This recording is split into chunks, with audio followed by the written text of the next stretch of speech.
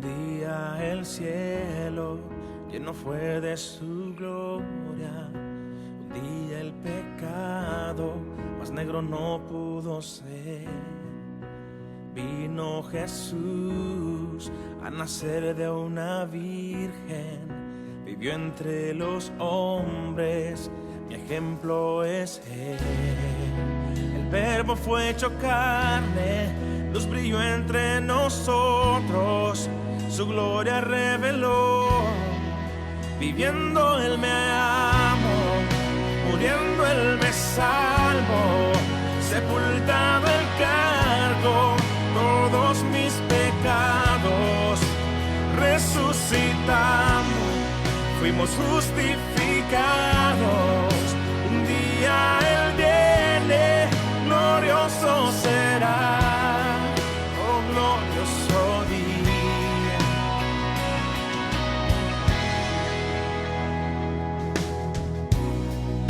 Un día lo llevaron al monte Calvario, un día lo clavaron, murió en una cruz, sufriendo angustia, rechazado y odiado, cargó nuestros pecados, Él es mi redentor. Manos que sanaron en la cruz clavadas, tomó mi lugar. Viviendo Él me amo, muriendo Él me salvo, sepultado el cargo todos mis pecados, resucitando, fuimos justificados. Un día Él viene, glorioso será, oh glorioso día.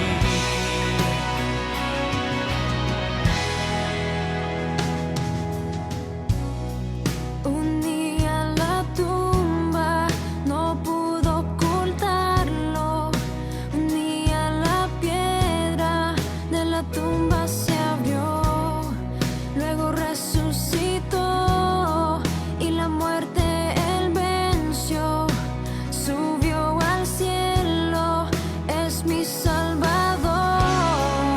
La muerte y la tumba quisieron detenerlo, de levantarse otra vez. Viviendo Él me amo, muriendo Él me salvo, sepultado el cargo todos mis pecados, resucitando, fuimos justificados. Un día Él viene, glorioso será, oh glorioso día, glorioso día.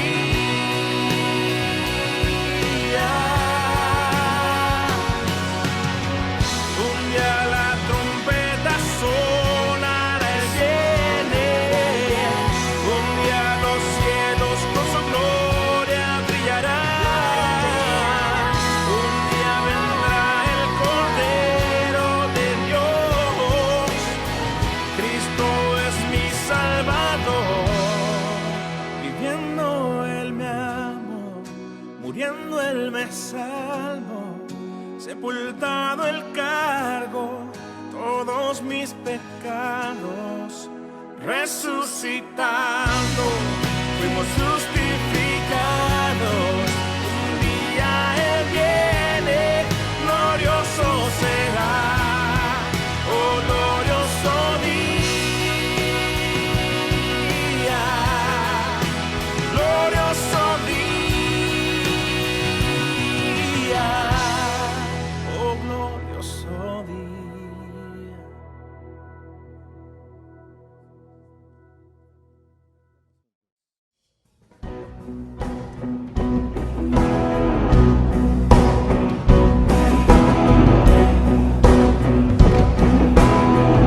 Cantemos por fe. Por fe veremos a nuestro Dios en el plan que creó en la eternidad, en la vida de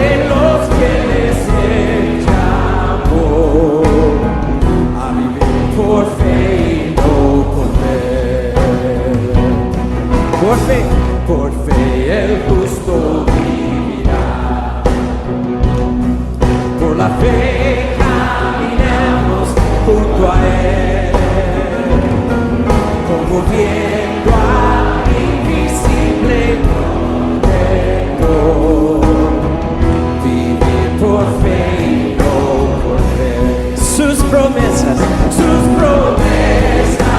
como rocas son. Sus promesas cumplen nuestro Dios. Nos movemos solo por la fe en Él. Vivir por fe y no por ver. Por fe profetas, cantemos. Por fe profetas hablaron fiel. Por la fe proclamaron la verdad del Mesías prometido en Edén, el que la muerte venció a la cruz. Por fin la iglesia se moverá con poder del Espíritu de Dios, y las huestes del infierno no podrán dañar la obra de nuestro Dios. Sus promesas como rocas son. Sus promesas cumplen nuestro Dios. Nos movemos solo por la fe en Él. Vivir por fe y no por ver.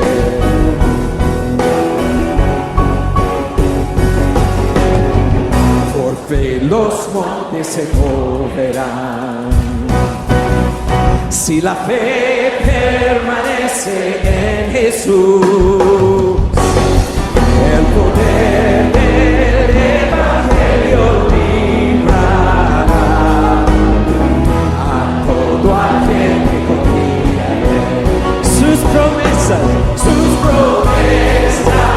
como rocas son, y sus promesas cumplen nuestro Dios. Nos movemos solo por la fe en Él.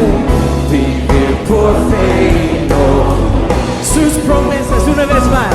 Sus promesas como rocas son. Sus promesas cumplen nuestro Dios. Nos movemos solo por la fe en Él. Vivir por fe y no por ver. Vivir por fe y no por ver.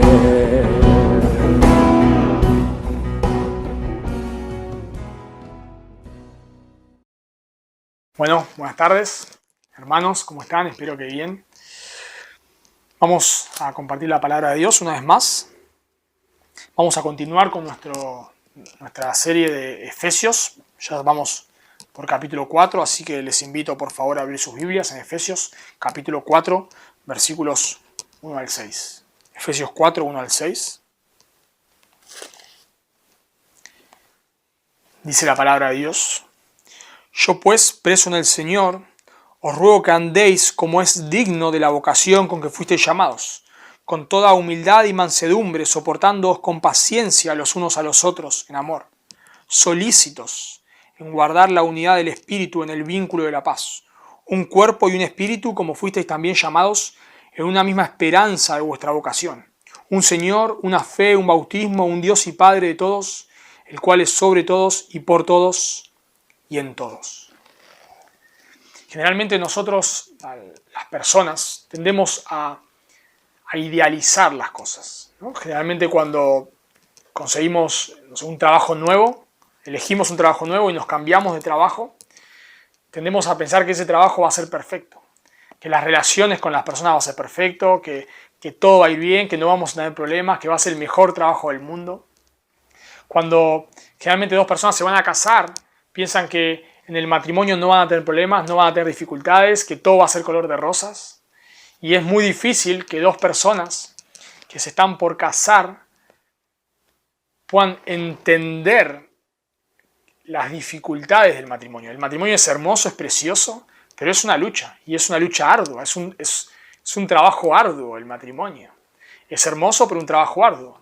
Pero es difícil que dos personas que están a punto de casar, en medio de los preparativos, de la boda, de, no sé, elegir dónde van a vivir o dónde se van a ir de luna de miel, si van de luna de miel, lo que fuere, es muy difícil que entiendan que el matrimonio no es todo color de rosas. Que no es todo color de rosas. Pero cuesta que lo entiendan porque nosotros idealizamos las cosas. Tengo un amigo que una vez, un amigo creyente, que una vez hablando de estas cosas me dijo: Mati, yo pensé que riéndose de sí mismo, ¿no? Yo pensé que cuando nos íbamos a casar con mi esposa nunca íbamos a tener problemas, nunca íbamos a pelear. Y él dice, ¿qué concepto tenía? Un concepto errado, un concepto que proviene de idealizar las cosas, pero que no proviene de la palabra de Dios. Y lo mismo nos sucede dentro de la iglesia. A veces estas expectativas irreales las tenemos dentro de la iglesia, idealizamos la iglesia. Pensamos que en la iglesia nunca vamos a tener problemas, pensamos que en la iglesia todo va a ser perfecto, que en la iglesia nunca va a haber dificultades, pero la Escritura nos enseña que no es así. Que dentro de la iglesia, a pesar bueno, no todos son creyentes dentro de la iglesia, pero la gran mayoría, y a pesar de que muchos dentro de la iglesia sean creyentes, aún así hay dificultades dentro de la iglesia. Y muchas de las cartas del Nuevo Testamento tratan con esas dificultades. Así que lo que va a hacer Pablo en este llamado, en este texto, nos va a hacer un llamado a luchar en contra de la división. Porque no tenemos que idealizar la iglesia. Los problemas dentro de la iglesia van a surgir. Y por eso este pasaje es un llamado a luchar en contra de la división. Así que lo que me gustaría que podamos ver en este texto son dos maneras. Pablo va a hacer un llamado a guardar la unidad en la iglesia. Y lo que me gustaría que podamos ver en este texto son dos maneras de guardar la unidad en la iglesia. Dos maneras de guardar la unidad en la iglesia. En primer lugar, entendiendo la urgencia de la unidad, en versículos 1 al 3. Y en segundo lugar, entendiendo el motivo de la unidad, versículos 4 al 6. Así que dos maneras de guardar la unidad en la iglesia. Entendiendo la urgencia de la unidad, versículos 1 al 3, y entendiendo el motivo de la unidad, versículos 4 al 6. Y para recordar y meternos un poco en el contexto, en los capítulos 1 al 3 de Efesios, Pablo desarrolló toda la parte doctrinal.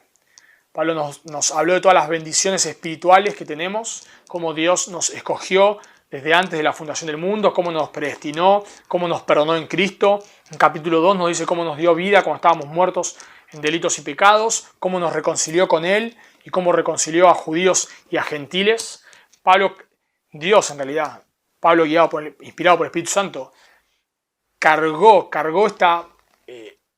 esta parte de capítulos 1 al 3 de doctrina. Pero el propósito por el cual Dios hizo esto no es para que sea algo frío, no es para que simplemente llenemos nuestra mente de conocimiento, no es para que nos pongamos a debatir sobre doctrina o sobre teología, sino que el motivo por el cual se nos da tanta información y tanta doctrina es para que nosotros podamos vivir conforme a eso. Por eso, si notamos en capítulo 1 al capítulo 3, hay solamente un imperativo, un mandamiento, pero del capítulo 4 a capítulo 6 está lleno de imperativos o lleno de mandamientos. Porque El llamado ahora, a partir del capítulo 4, es a vivir conforme a lo que se nos enseñó. Noten conmigo en capítulo 4, versículo 1, que acabamos de leer. Dice, yo pues preso en el Señor os ruego que andéis, estilo de vida, que andéis. Noten conmigo capítulo 4, versículo 17.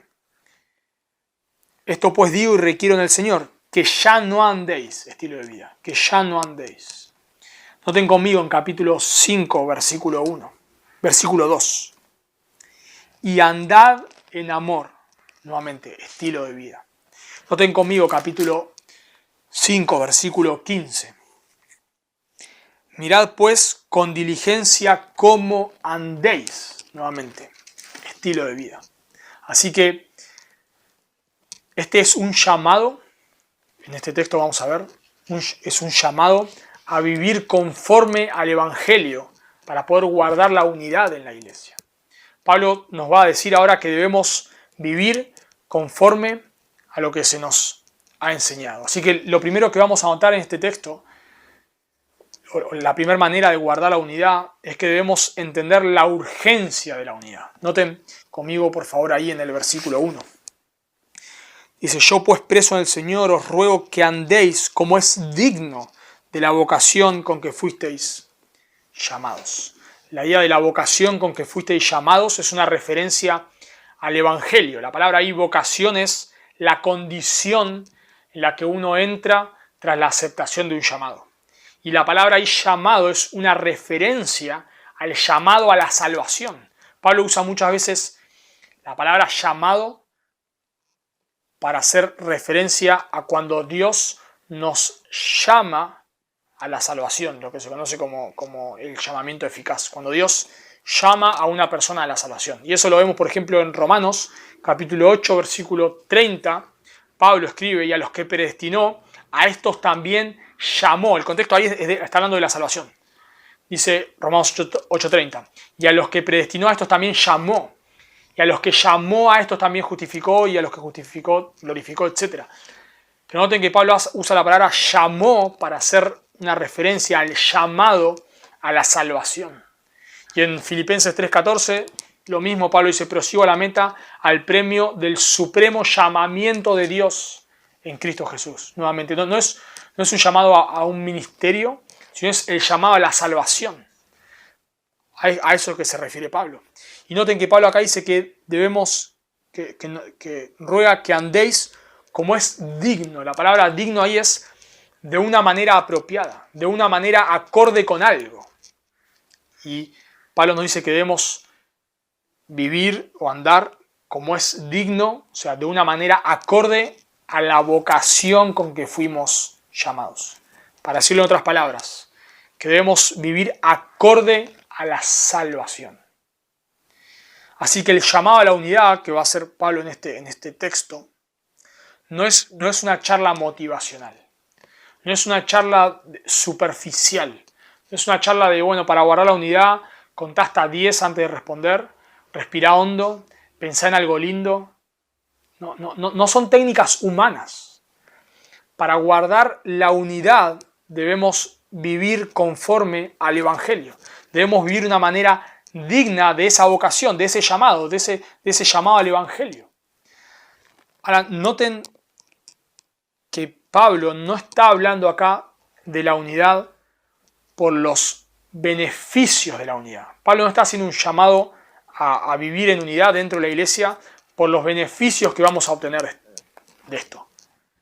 No está hablando que debemos vivir en unidad porque eso nos va a hacer más felices, sino que debemos vivir en unidad porque ese es el llamado de Dios. Porque Dios nos llamó, nos salvó para vivir para su gloria. Y la manera de vivir para su gloria es no vivir en divisiones, no vivir en peleas, no vivir en contiendas. Una persona que no es un creyente no va a poder vivir de esta manera. Por eso no es un llamado motivacional este. En las empresas se dan llamados motivacionales, donde se cuentan historias lindas, emocionales, donde se trata de que la gente tocar los sentimientos de las personas. Y muchas veces luego de estas charlas en las empresas las personas salen quebrantadas, diciendo, a partir de mañana voy a dejar de pelearme con las personas, voy a tratarlas bien, voy a pensar en algo lindo, voy a contar hasta 10, antes de responder un mail me voy a parar y voy a dar una vuelta a manzana, qué sé yo. Y a los 5 minutos luego de esa charla se están peleando de vuelta. ¿Por qué? Porque el ser humano, aparte del Evangelio, no puede vivir en unidad. Porque Gálatas 5 nos dice que las obras de la carne son celos, pleitos, enemistades, envidias, etc. Porque no alcanza con la buena onda. Por eso vemos que las ONG, las organizaciones, todo el tiempo están hablando de la unidad, de la paz, del amor, etc. Pero cada vez hay más dificultades. Porque no podemos separar el llamado a la unidad del Evangelio. No podemos hacerlo.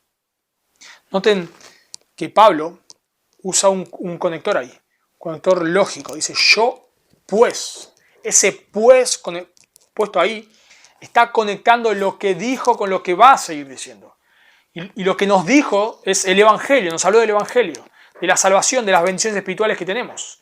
Y lo que nos va a seguir diciendo ahora en este texto inmediato es, nos va a hablar de la unidad.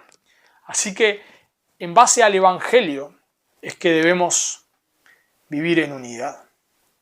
Si tratamos de guardar la unidad en la iglesia, solamente saludándonos con una sonrisa, solamente tratando de hablar bien, solamente tratando de pensar en algo positivo antes de contestarnos, si esa es la manera en la cual vamos a intentar guardar la unidad dentro de la iglesia, no vamos a poder.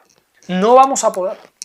Porque la única manera que podemos guardar la unidad dentro de la iglesia es que sea una iglesia anclada en el Evangelio. Porque con técnicas superficiales no vamos a poder.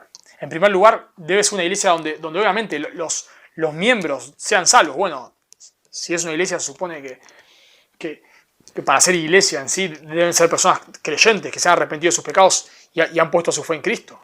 Por eso decimos que debe ser una iglesia anclada en el Evangelio. Si la iglesia está llena de no creyentes, no van a poder guardar la unidad. Bueno, no es una iglesia en realidad, pero como dice iglesia, digamos, no van a poder guardar la unidad porque está en conexión con el Evangelio. Entonces, claro, obviamente, en primer lugar, debemos ser creyentes. Se cae de maduro, digamos. Pero en segundo lugar, con solo ser creyentes, no es suficiente. En segundo lugar, debe ser una iglesia donde de manera individual los creyentes estén viviendo en comunión con Dios. Porque el Evangelio, el llamado al Evangelio, no solamente es un llamado a no ir al infierno, sino que es un llamado a vivir en comunión con Dios. El Evangelio restaura nuestra comunión con Dios, nos reconcilia con Dios para que ahora podamos vivir en comunión con Dios que nuestro pecado había roto. Entonces el llamado al Evangelio es un llamado a vivir en comunión con Dios, a vivir buscando a Dios. Y es el fruto del Espíritu, el que es amor, gozo, paz, paciencia, etc. Y las obras de la carne son enemistades, celos, pleitos. Entonces si nosotros no estamos buscando a Dios de manera individual, si no estamos viviendo conforme al Evangelio, porque ese es el Evangelio. Es un llamado a arrepentir nuestros pecados y a poner nuestra fe en Dios y a vivir en comunión con Dios, ¿no? Juan 15 dice, separado de mí nada podéis hacer. Es un llamado a vivir en comunión con Dios. Porque Cristo en la cruz nos reconcilia con el Padre. Entonces debemos ser una iglesia que de forma individual está buscando a Dios, está viviendo conforme al Evangelio. Pero también en lo grupal debe ser una iglesia en donde se predica el Evangelio. Debe ser una iglesia donde en el púlpito se predica la palabra de Dios. Si tratamos de fomentar la unidad dentro de la iglesia o de guardar la unidad con buena onda, haciendo reuniones donde nos juntemos, corremos la palabra de Dios de lado y nos juntamos y tomamos mate, nos reímos, contamos chistes, la pasamos bien, no vamos a poder guardar la unidad de esa manera. Porque la manera de guardar la unidad nuevamente es conforme a la vocación con la cual fuimos llamados, conforme al Evangelio, viviendo de una manera digna del Evangelio. Así que si corremos la Biblia de lado, si dejamos la Biblia de lado en pos, comillas, de la unidad, lo que nos espera es la división. Porque no podemos pretender guardar la unidad corriendo el Evangelio de lado, corriendo la palabra de Dios de lado. No vamos a poder. Es imposible. Y noten nuevamente que Pablo conecta la unidad con el Evangelio. Yo pues, preso en el Señor, os ruego que andéis como es digno de la vocación con que fuisteis llamados. Y ahora va a explicar un poquito más, qué es esto de vivir de una manera digna de este Evangelio. Bueno, es vivir en humildad. Noten en el versículo 2. Con toda humildad. La palabra humildad en el sentido básico es ser bajos, es la disposición de volverse o evaluarse a uno mismo apropiadamente. Es verse a uno mismo a la luz de la palabra de Dios. Es entender que somos criaturas caídas, es entender que el pecado mora dentro nuestro, es entender que no somos unos capos, es entender que no somos unos fenómenos, sino es entender que somos pecadores salvos por gracia, pero que no nos ganamos la salvación. Es entender, vivir en humildad es tener un concepto apropiado de uno mismo, lo cual es un concepto bajo. Los griegos no veían esta palabra humildad como una virtud, porque esta palabra es un sinónimo para ellos de debilidad, de pobreza. La humildad no era una virtud para los griegos. Y la humildad tampoco es una virtud hoy en día. La falsa humildad es una virtud hoy en día. Pero la humildad no es una virtud hoy en día. Porque se dicen cosas como vos tenés que tener seguridad en vos mismo. Bueno, eso es contrario a la humildad. Vos tenés que confiar en vos mismo. Eso es contrario a la humildad. Vos tenés que ser un campeón. Las empresas buscan personas seguras de sí mismas. Bueno, esas son personas que tienen un alto concepto de sí mismos. Pero acá Pablo habla de la humildad, lo cual quiere decir que debemos vivir consciente de lo que somos. Para vivir humildemente, para que vos vivas de una manera humilde, lo cual, vamos a ver, vivir de una manera humilde nos va a llevar a guardar la unidad. No alcanza con mirar un video motivacional. No alcanza con escuchar una predicación. Para vivir de una manera humilde, como Pablo dice acá, y esto está nuevamente conectado con el Evangelio, debes vivir consciente de quién sos. ¿Y qué nos dice el Evangelio que somos? Bueno, Efesios capítulo 2, versículos 1 al 3, nos dice que estábamos muertos en nuestros delitos y pecados.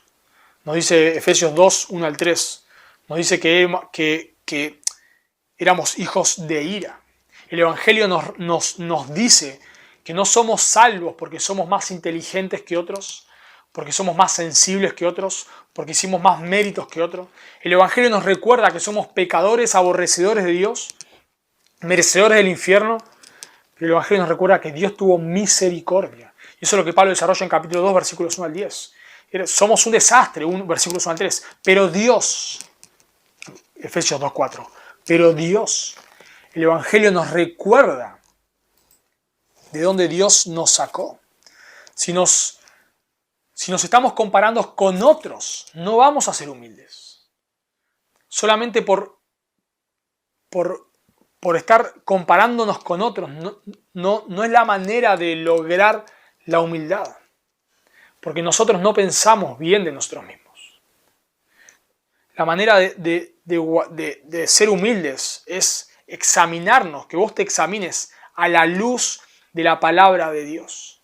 Porque cuando nosotros nos examinamos a la luz de lo que nosotros pensamos de nosotros mismos, lamentablemente nosotros pensamos muy bien de nosotros mismos. Una vez escuché a alguien dar una ilustración bastante interesante sobre la forma de manejar. Dice, nosotros cuando vamos manejando, el que va más rápido que nosotros manejando es un loco. Y el que va más lento es una tortuga. Porque nosotros pensamos que cuando nosotros manejamos de forma perfecta. Y todos los demás que no manejan como nosotros están mal. Porque ese es el concepto que nosotros tenemos de nosotros mismos. Así que si vos te evaluás a la luz de de lo que vos pensás de vos mismo, no vas a ser humilde. Vas a ser un orgulloso o una orgullosa. Pablo, hablando de esto, dice en 2 Corintios, capítulo 10, versículo 12. Porque no nos atrevemos a contarnos ni a compararnos con algunos que se alaban a sí mismos, pero ellos, midiéndose a sí mismos por sí mismos y comparándose consigo mismos, no son juiciosos. Estas personas, dice Pablo, se están comparando con sí mismos, y cuando se comparan consigo mismos, piensan que son unos fenómenos. Por eso, para ser humildes, y en conexión con el Evangelio está esto, debemos recordar lo que somos. Debemos recordar que si somos salvos es por la gracia de Dios. Debemos pensar en nosotros mismos conforme a lo que la Biblia dice de nosotros. Y cuando nosotros nos examinamos a la luz de la Escritura, a la luz de la palabra de Dios, vemos que no somos ningunos fenómenos. Para vivir en humildad, debemos examinarnos a la luz de la palabra de Dios. Y cuando hacemos eso es que vamos a poder decir, como dijo Pedro en Lucas capítulo 5, versículo 8, apártate de mí que soy pecador. Porque cuando nos examinamos a la luz de quién es Dios, es que nosotros vamos a decir somos unos miserables. Pablo, examinándose a la luz de la palabra de Dios, es que él pudo decir que Cristo vino al mundo a salvar a los pecadores, dice Pablo en 1 Timoteo 1:15, de los cuales yo soy el primero. Yo soy el primero. ¿Cómo Pablo va a decir que es el primero de los pecadores? Porque Pablo se estaba examinando a la luz de la palabra de Dios. Pablo no se estaba comparando con otros. Y como dije recién, la Biblia nos dice que no somos ningunos fenómenos. La Biblia nos dice en Efesios capítulo 2 que estábamos muertos en delitos y pecados, que éramos hijos de ira. Romanos capítulo 1 nos dice que cuando Dios permite que el hombre haga lo que hay en su corazón, el hombre hace unas cosas increíbles. Perversidades de las que ni nos podemos imaginar. Eso es lo que hay en nuestro corazón. En Gálatas capítulo 5 nos dice que las obras de la carne son celos, envidias, etc. En Génesis capítulo 6 nos dice la Escritura que Dios mira la tierra, mira el corazón del hombre, y lo que hay en el corazón del hombre es hacer de continuo solamente el mal. La Biblia nos dice que el corazón del hombre está inclinado a hacer el mal constantemente. Así que si no fuera por la misericordia de Dios, estaríamos perdidos. No somos salvos porque somos mejores que otros. Todo lo que tenemos es por gracia. Si Dios permitiría que salga lo que hay en nuestro corazón, haríamos un desastre. Si nuestro matrimonio aún permanece en pie, es por la gracia de Dios. Si no metimos más la pata de lo que la hemos metido, es por la gracia de Dios. No somos mejores que nadie. Si hoy estamos donde estamos, es por la gracia de Dios. Es porque tal vez Dios envía personas que nos enseñen la Biblia, porque Dios pone hombres, pone mujeres que nos enseñan la palabra de Dios, porque ponen hombres y mujeres que velan por nosotros y que en su gracia eso nos ayuda a crecer en los caminos del Señor.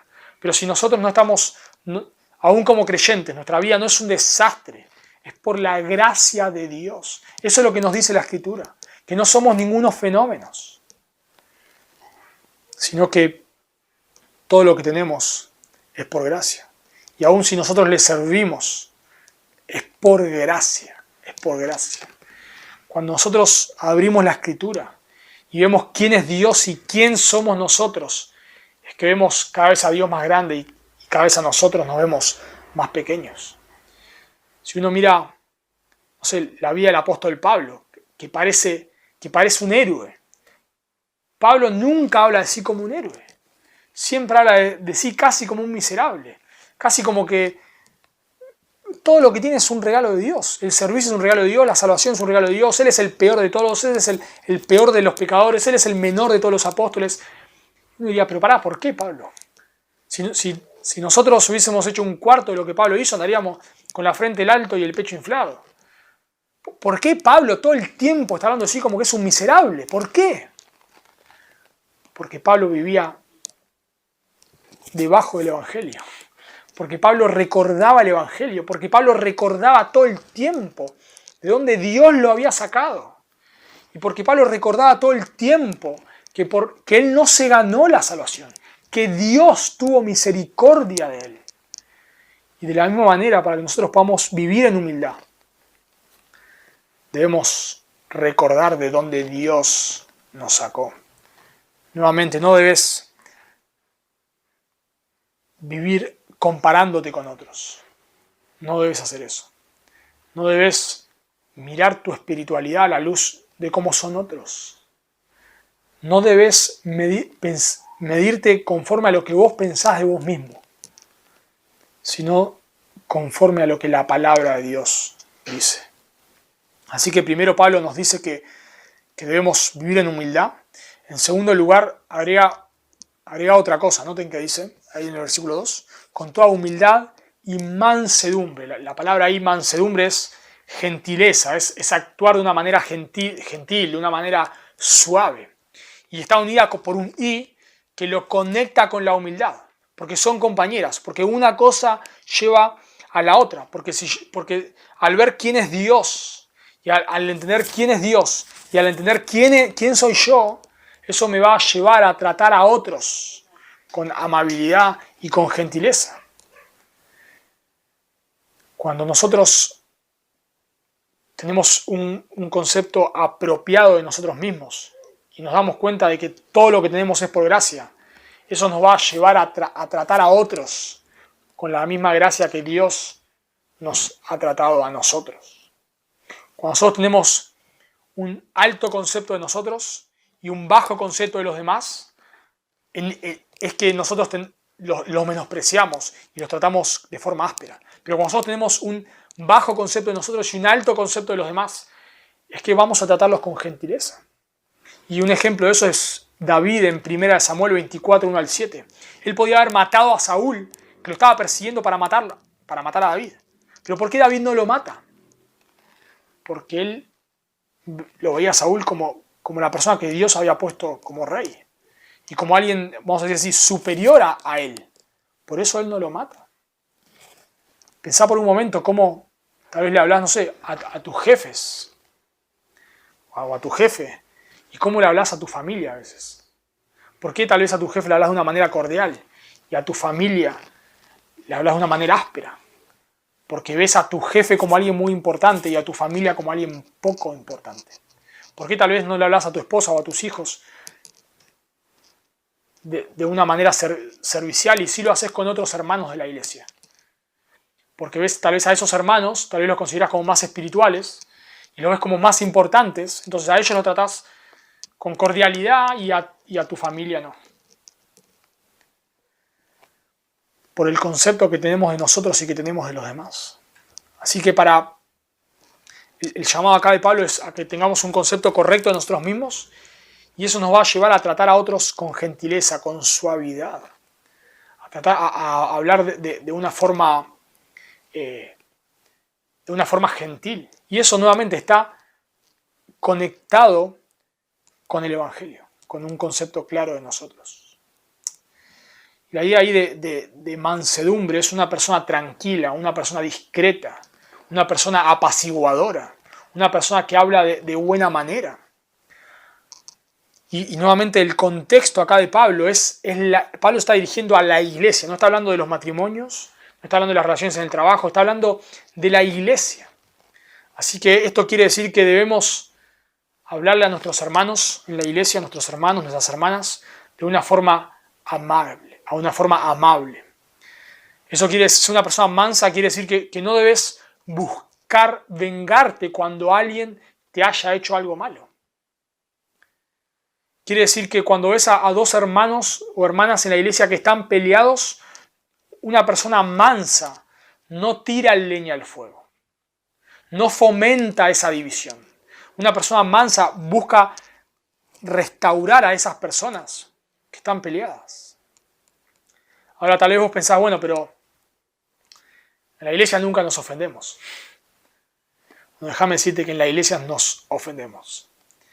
Me han ofendido dentro de la iglesia, yo he ofendido a personas dentro de la iglesia, porque es nuestro corazón.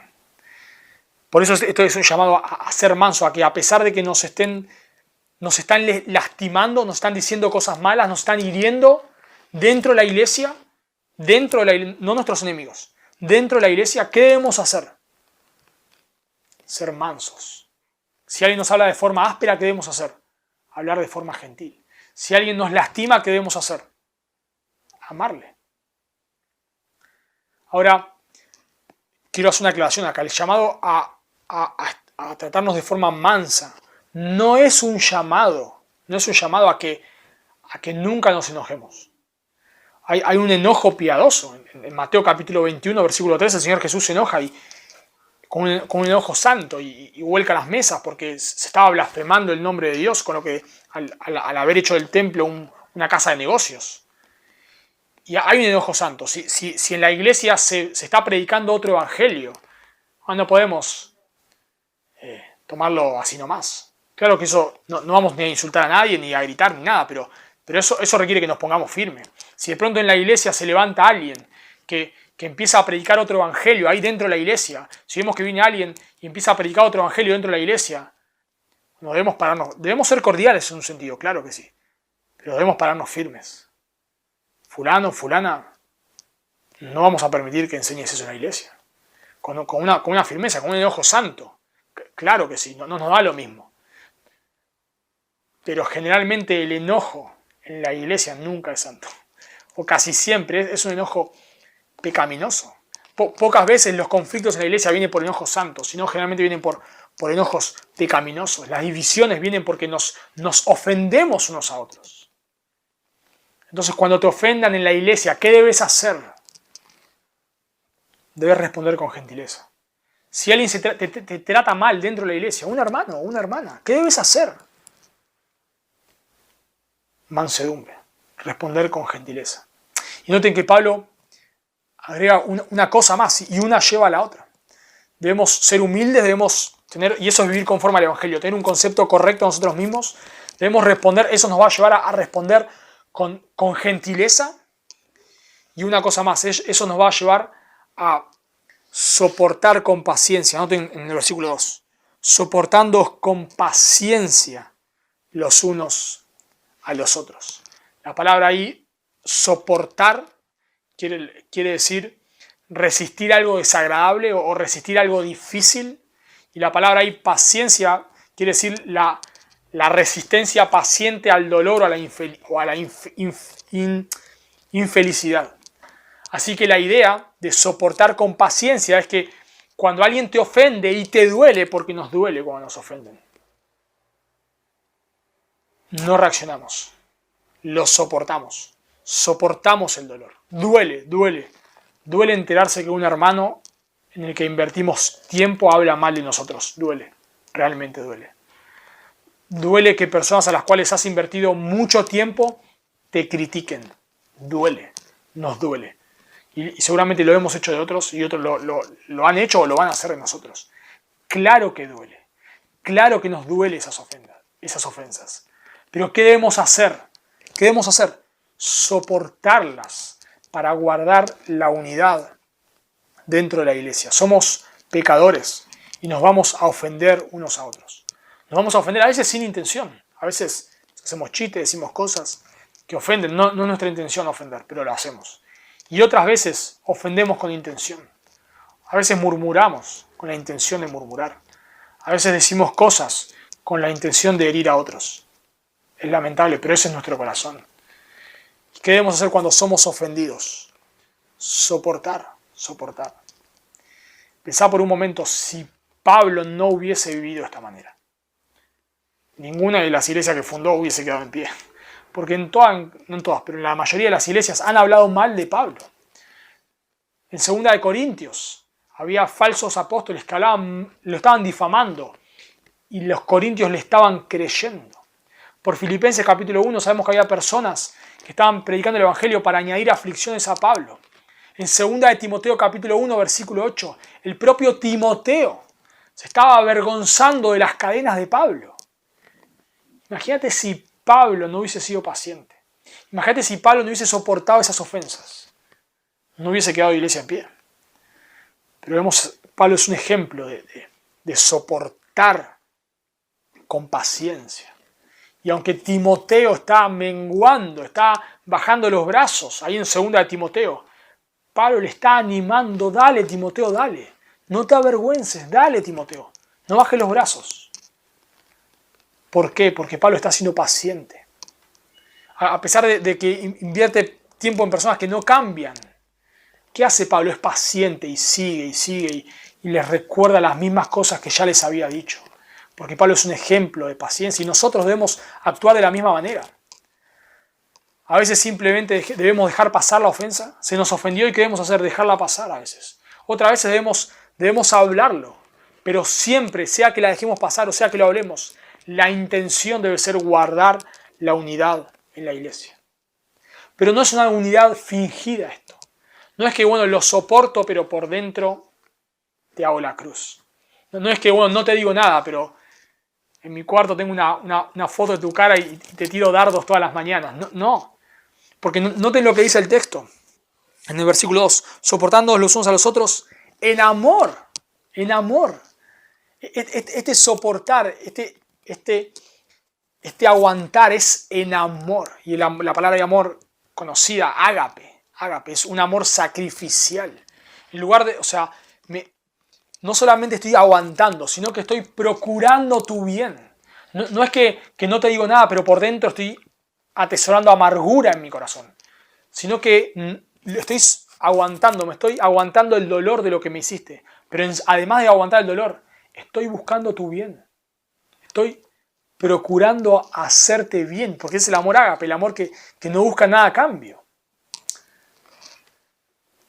Así que no debemos vivir conforme al Evangelio, lo cual quiere decir que debemos tener un concepto claro de nosotros mismos, lo cual nos va a llevar a responder con mansedumbre, lo cual nos va a llevar a soportar las ofensas que nos hagan, lo cual nos va a llevar a amar a otros. Y noten el fin de todo esto. Versículo 3. Solícitos en guardar la unidad del Espíritu en el vínculo de la paz. La palabra ahí, solícitos, tiene una intensidad, es hacer algo rápido, es hacer algo lo mejor posible, es hacer el mayor esfuerzo. Alguien dijo lo siguiente, en referencia a esta palabra. No solo refleja urgencia y pasión, sino el esfuerzo pleno del hombre, incluyendo su voluntad, sentimiento, razón, fuerza física y actitud total. Vamos a decirlo de la siguiente manera. La actitud, el deseo de guardar la unidad es algo que se debe hacer con prontitud. Es algo que se debe hacer con rapidez. Es algo que debemos tomar rápidamente cartas en el asunto. La unidad de la iglesia no es algo que podemos tomarnos a la ligera. Si hay algo en tu corazón contra un hermano, atacalo. Atacalo rápido. No a tu hermano, no ataques a tu hermano. Ataca ese pecado en tu corazón. Ataca ese pecado de celos, de envidia, de rencor contra un hermano. Si hay eso en tu corazón, trátalo rápido. Confesalo ya. Arrodillate delante de Dios. Clamá, orá a Dios que te ayude. Tomá decisiones para luchar con eso. Si debes hablar con la persona, hacelo, pero hacelo inmediatamente. Solícitos. Da la idea de rápido. Si estás yendo a la iglesia y te acordás que tu hermano tiene algo contra vos, dale, andá, solucionalo. No lo dejes ahí. Si ves que hay dos hermanos que se están peleando, orá por ellos y tomá cartas en el asunto. Ayudá, pedí ayuda, lo que fuere. Pero atacá la división en la iglesia. Este es un llamado urgente. No se puede esperar. No podemos ser perezosos en guardar la unidad de la iglesia. Debemos esforzarnos lo máximo posible en guardar esta armonía, en el vínculo de la paz. La idea de vínculos ahí es estar unidos, es la idea de mantener la paz. Debemos apurarnos rápido y hacer el mayor esfuerzo por mantener la paz dentro de la iglesia. Ahora, notarán que esto no es un llamado a crear la unidad. No es un llamado a... La unidad es algo, y lo vamos a ver en los versículos que siguen, del 4 al 6. La unidad es algo que Dios hace. Dios crea esta unidad. No la creamos nosotros, pero nosotros debemos guardarla, debemos esforzarnos por conservar esta unidad. Ahora, si sos como yo, seguramente pensás, pero eso a nosotros no nos va a pasar. Eso es para, no sé, las iglesias grandes, con muchas personas. Eso es para las iglesias que no tienen buena doctrina. Pero eso a nosotros no nos va a pasar. Bueno, si ese es tu pensamiento, déjame decirte que es el primer paso para la división de la iglesia. Cuando Pedro dijo que no iba a negar al Señor, que estaba dispuesto a ir hasta la muerte con el Señor, no estaba siendo hipócrita Pedro. Él lo creía realmente. Al punto de que cuando vienen los soldados, saca una espada y le corta la oreja a uno. Él creía realmente, que no iba a negar al Señor. Pero ¿qué hace? Lo termina negando. Porque el que quiere estar firme, nos dice la Escritura, mire que no caiga. El enemigo está buscando sembrar discordia entre los hermanos. El enemigo está buscando que nos dividamos. La Escritura nos dice en 1 Pedro capítulo 5 que el diablo anda como león rugiente buscando a quien devorar. Y Satanás no va a estar contento con una iglesia sana, no va a estar contento con una iglesia unida. Así que va a tratar de generar discordia. Y nuestro corazón lamentablemente es tan caído que podemos hacer un desastre en la iglesia en cualquier momento. Por eso debemos tomar en serio esta exhortación. Muy en serio, muy en serio. No nos podemos relajar, no podemos pensar que por ser una iglesia chica, una iglesia arrancando o lo que fuere,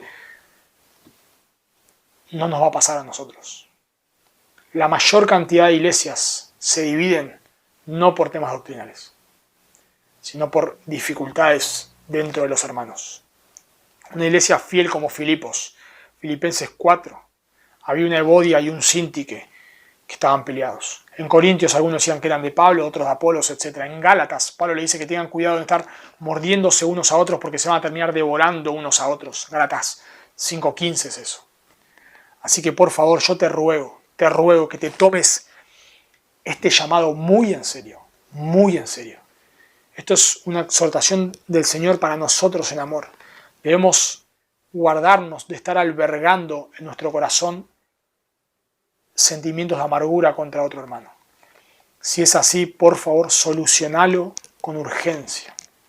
Si sabes de hermanos o hermanas que están peleadas, por favor, pedí ayuda, intervení lo que fuere. Pero no mires para otro lado. Por favor, esto no es un llamado a quedarnos de brazos cruzados. Y también es un llamado a no pensar que la división de la iglesia va a ser por culpa de otros. Tal vez es por nuestra culpa. Por eso nosotros debemos cultivar este carácter de humildad, de mansedumbre, de paciencia. Porque tal vez nosotros, yo mismo puedo serlo y vos mismo podés serlo, un instrumento en manos de Satanás para dividir la iglesia. Por eso debemos atacar el problema si vemos en otros, y atacar el problema si vemos que hay otros que están peleados, y atacar nuestro corazón. Y velar por nuestro corazón y cultivar este carácter. Ahora, el segundo punto lo vamos a ver muy brevemente. Pero alguien podría pensar, bueno, esto es un llamado, tanta unidad, esto es un llamado al ecumenismo. No es un llamado al ecumenismo. Porque vimos, en primer lugar, el llamado a la unidad, pero ahora Pablo nos da el motivo de la unidad. Noten versículos 4 al 6. Un cuerpo y un espíritu, como fuisteis también llamados en una misma esperanza de vuestra vocación. Un Señor, una fe, un bautismo, un Dios y Padre de todos, el cual es sobre todos y por todos y en todos. Como dije antes, con ponerle ganas no alcanza, con buena onda no alcanza. La unidad es algo, como dije antes, que no la creamos, el Señor la crea, pero nosotros debemos guardarla. Y noten que toda esta unidad no es una unidad ficticia, es una unidad espiritual. Noten que dice un cuerpo, lo cual obviamente es la idea de la iglesia que se manifiesta a través de iglesias locales, es un cuerpo. Dios no tiene 1000 iglesias, 2000, 3000 iglesias, tiene una iglesia en realidad. Y esas iglesias locales representan a la iglesia universal, la iglesia invisible. Así que debemos procurar guardar esta unidad porque somos un cuerpo. Y por eso no es un llamado al ecumenismo. Porque para ser un cuerpo debemos ser creyentes. Y para ser creyentes debemos saber creído en el Evangelio. Y los testigos de Jehová, los católicos, etcétera, no predican el Evangelio. Así que no podemos ser unos con ellos. Es el Espíritu Santo lo que se conoce como el bautismo del Espíritu Santo, que nos toma y nos hace uno, nos hace parte del cuerpo de Cristo, dice 1 Corintios 12:13, porque por un solo Espíritu fuimos todos bautizados en un cuerpo. Fuimos bautizados en un cuerpo, hablando del bautismo espiritual. De que cuando nos arrepentimos de nuestros pecados y creemos en Cristo, el Espíritu Santo nos toma y nos hace parte del cuerpo de Cristo. Pero esto es para los creyentes. Por eso no es un llamado al ecumenismo. Noten que nos habla de un cuerpo, nos habla de un espíritu. Todos los creyentes tenemos al Espíritu Santo. Eso dice Efesios capítulo 1, versículo 13. Cuando creímos el Evangelio, se nos ha dado el Espíritu Santo. Así que todos los creyentes somos parte del mismo cuerpo, lo cual Dios lo hizo. Todos los creyentes tenemos al Espíritu Santo. Si alguien no tiene Espíritu Santo, según Romanos 8, no es un creyente. Así que todos los creyentes tenemos al Espíritu Santo morando dentro nuestro. Todos los creyentes tenemos la misma esperanza. Noten que dice ahí. Una misma esperanza de vuestra vocación. Todos los creyentes tenemos la esperanza de ver al Señor. Todos los creyentes tenemos la esperanza de ser transformados a la imagen de Cristo. Todos los creyentes aguardamos la venida del Señor, más allá de las diferencias en cuanto a posiciones escatológicas de eventos futuros de la venida del Señor, más allá de las diferencias, todos los creyentes aguardamos la venida del Señor. Y por eso no es un llamado al ecumenismo, porque nuestra esperanza no es hacernos ricos, como algunos que dentro de los evangélicos dicen. No nos podemos unir con esas personas, no somos unos con esas personas. Nuestro llamado no es a tener una mejor casa, un mejor auto. Nuestro llamado al Evangelio no es a que los problemas se vayan. El llamado del Evangelio es un llamado a guardar, a arrepentir nuestros pecados y poner nuestra fe en Cristo y a guardar a nuestro Señor. Es un llamado a tener la esperanza de ser transformados a la imagen de Cristo. La esperanza de que tenemos en los cielos una herencia incorruptible, incontaminada e inmarcesible. Y todos los creyentes tenemos esa esperanza. Pero los que predican el Evangelio y la prosperidad no tienen esa esperanza. Su esperanza es ser lo mejor, pasar a lo mejor posible en esta vida. Es tener más posesiones materiales, esa es su esperanza. Pero esa no es la esperanza del Evangelio, así que no podemos ser uno con las personas que están predicando el Evangelio de la prosperidad, porque nuestra esperanza está en Dios. Noten, ¿por qué no podemos ser ecuménicos? Porque dice que tenemos un solo Señor, y Pablo nuevamente está diciendo ahora, ¿por qué debemos ser uno? Porque los creyentes compartimos todas estas cosas. Compartimos un cuerpo, tenemos el mismo espíritu, tenemos la misma esperanza, tenemos un solo Señor. Y los católicos no tienen un solo Señor. Dicen que el Papa es el intermediario entre Dios y los hombres. Los testigos de Jehová no tienen el mismo Señor porque dicen que Jesús no es Dios hecho hombre. Y otras herejías más. Así que esto no es un llamado al ecumenismo, sino a todos aquellos que tenemos al mismo Señor. Todos aquellos que creemos en Cristo, que creemos que Jesús es nuestro Señor y es Dios hecho hombre, que vivió la vida que no podemos vivir, pero que murió en lugar del pecador y que al tercer día resucitó de los muertos. Ese es nuestro Señor. Y todos los creyentes tenemos al mismo Señor, pero el que dice que Jesús no es Dios, no tiene al mismo Señor. Porque Jesús, nos dice la Escritura, es Dios. Así que no es un llamado al ecumenismo. Noten que habla de una fe porque todas las otras religiones predican que la manera de ser salvo es a unos directamente por obras y otros por fe más obras.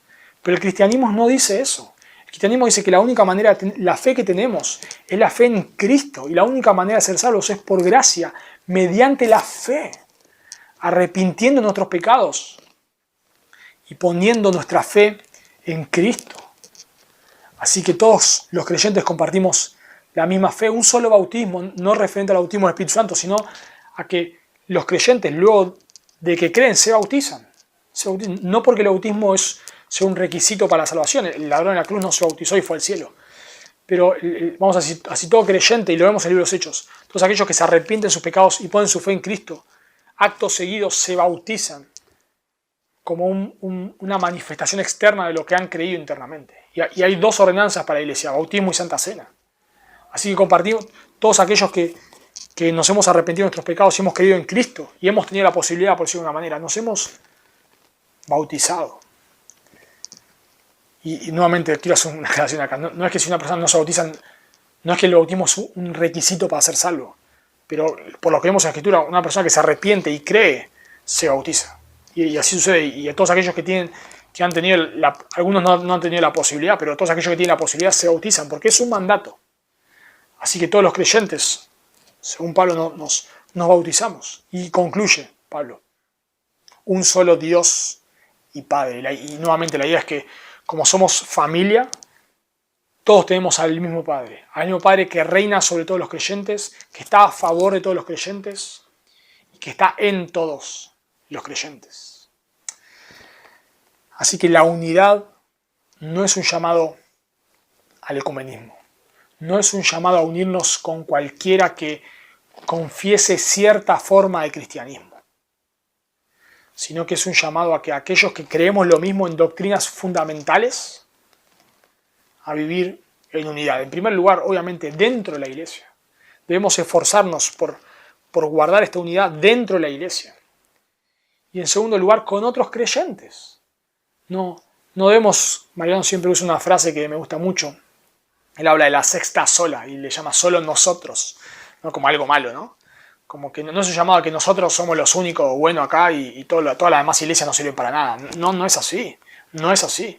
Con aquellas otras iglesias que predican el Evangelio, aunque tengamos diferencias en ciertas cosas, podemos tener diferencia en música, podemos tener diferencia en dones, podemos tener diferencia en escatología, en eventos futuros, podemos tener diferencias en formas de gobierno, pero que compartimos la misma fe, el mismo Evangelio. Debemos tener cierta comunión, debemos conservar cierta unidad, porque somos uno y porque todos, aunque somos parte de diferentes iglesias locales, todos juntos estaremos, si son iglesias que predican y viven el Evangelio y han creído en el Evangelio, todos juntos estaremos alabando al Señor por toda la eternidad. Así que, hermanos, este es un llamado a velar por la unidad de la iglesia. No la creamos la unidad, como vimos, Dios la crea, es una unidad espiritual, pero esa unidad espiritual que Dios crea, nosotros debemos esforzarnos por preservar, por guardar esa unidad externamente. Así que debemos tener cuidado de pensar que nosotros nunca nos vamos a dividir, porque nos puede pasar. Y hay en el historial de iglesias, aún de iglesias sanas, muchísimas, lamentablemente más de las que nos gustaría, se han dividido. Así que debemos estar cultivando nuestro carácter, debemos estar viviendo a la luz del Evangelio para preservar la unidad de la iglesia. Y solo para terminar, si vos estás escuchando este mensaje y no sos un creyente, tal vez vas a una iglesia, pero no sos un creyente, no sos uno con los creyentes. La manera en la cual podés ser uno con los creyentes es arrepintiéndote de tus pecados y poniendo tu fe en Cristo. No pienses que por el simple hecho de ir a una iglesia sos uno, que por hablar el vocabulario cristiano ya sos un cristiano. No, la única manera es arrepintiéndote de tus pecados y poniendo tu fe en Cristo. Por eso te ruego que si estás escuchando este mensaje y no sos un creyente, vengas a Cristo en arrepentimiento y fe. Que el Señor bendiga su palabra.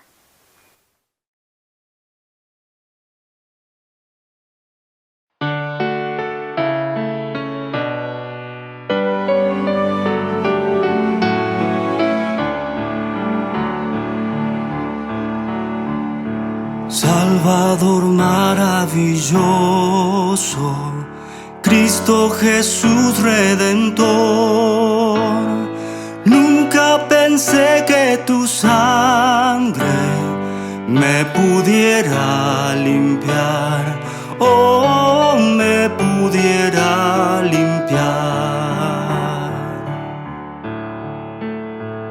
Guarda, consuela y cuida, tu espíritu guiador trae esperanza a las almas en desesperación. Oh, Él es consolador. Solo a ti te alabamos,